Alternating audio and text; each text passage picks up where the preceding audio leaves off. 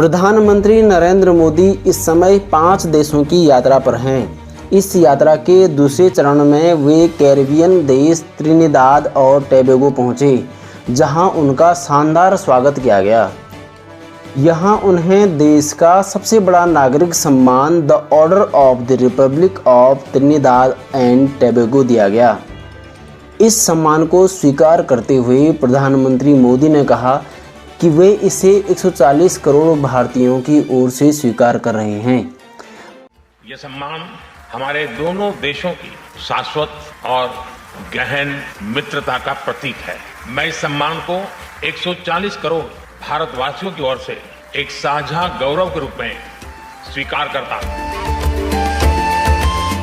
इस सम्मान का पहली बार किसी फॉरेन लीडर को दिए जाना हमारे विशेष संबंधों की गहराई को दर्शाता है। यह संबंध हमारे साझा इतिहास और सांस्कृतिक धरोहर पर आधारित है। प्रधानमंत्री मोदी ने राष्ट्रपति क्रिस्टीन कंगालो से मुलाकात की और त्रिनिदाद की संसद के संयुक्त सत्र को संबोधित किया।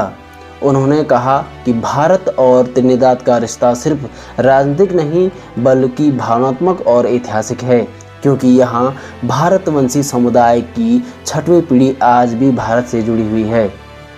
To be the first Indian Prime Minister to speak to you in this iconic Red House. When I look at the golden words of the Speaker's chair from the people of India to the people of Trinidad and Tobago, I feel a deep sense of emotion. एक अहम घोषणा में प्रधानमंत्री ने कहा कि भारतवंशियों की 6वीं पीढ़ी तक के लोग OCI कार्ड यानी overseas citizen of India card के पात्र होंगे।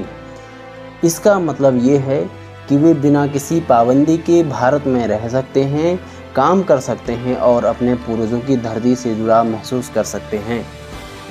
प्रधानमंत्री ने यह भी ऐलान किया है कि त्रिनिदाद और टोबैगो अब UPI सिस्टम अपनाने वाला पहला कैरिबियन देश बन गया है, यानी अब डिजिटल भुगतान और लेन देन दोनों देशों के बीच और आसान होंगे।